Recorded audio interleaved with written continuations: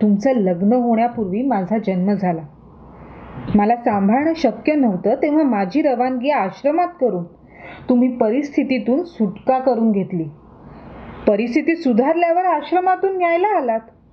म्हणजे मला आश्रम नको होता त्या वयापासून मला आश्रम जवळ करावा लागला.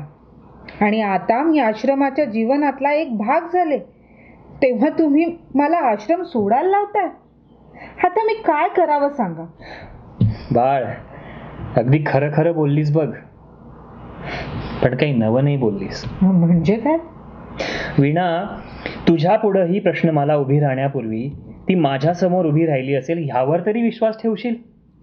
जरूर ठेवते, पण ही तुम्ही आपण होऊन तुमच्या पुढं स्वतःच्या हातांनी उभी केली असं नाही का?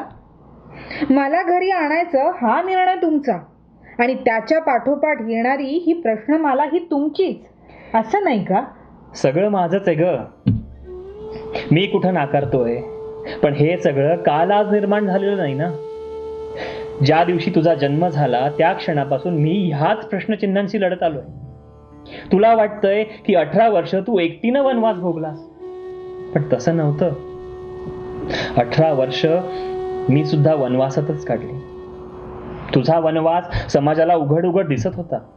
तुला समाजाचं प्रेम मिळालं नसेल, पण सहानुभूती मिळाली, अनुकंपा मिळाली, दुवे मिळाले, आशीर्वादही मिळाले. आश्रमातल्या तुझ्यासारख्या 100-125 निष्पाप जीवांवर झालेले घाव समाजाला समजू शकत होते. माझी मात्र तशी परिस्थिती नव्हती. मी आतल्या आत जळत राहिलो.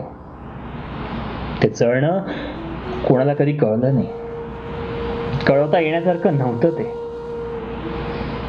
अगं, असं म्हणतात की सर्वात दुःखी कोण, तर पाण्यातला मासा. कारण पाण्यातच राहायचं असल्यामुळं त्याच्या डोळ्यात येणारं पाणी कोणाला दिसत नाही.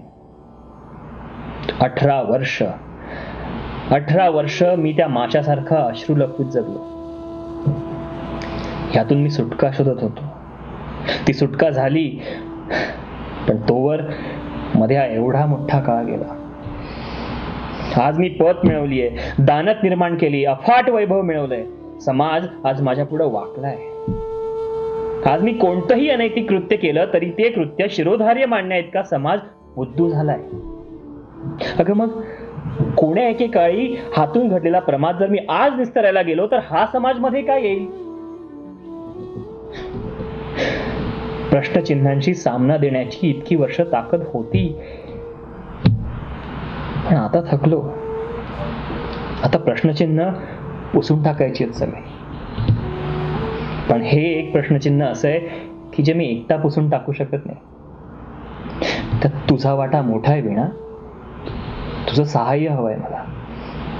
आपण आपल्या घरी माझी काय ओळख करून देणार आहात?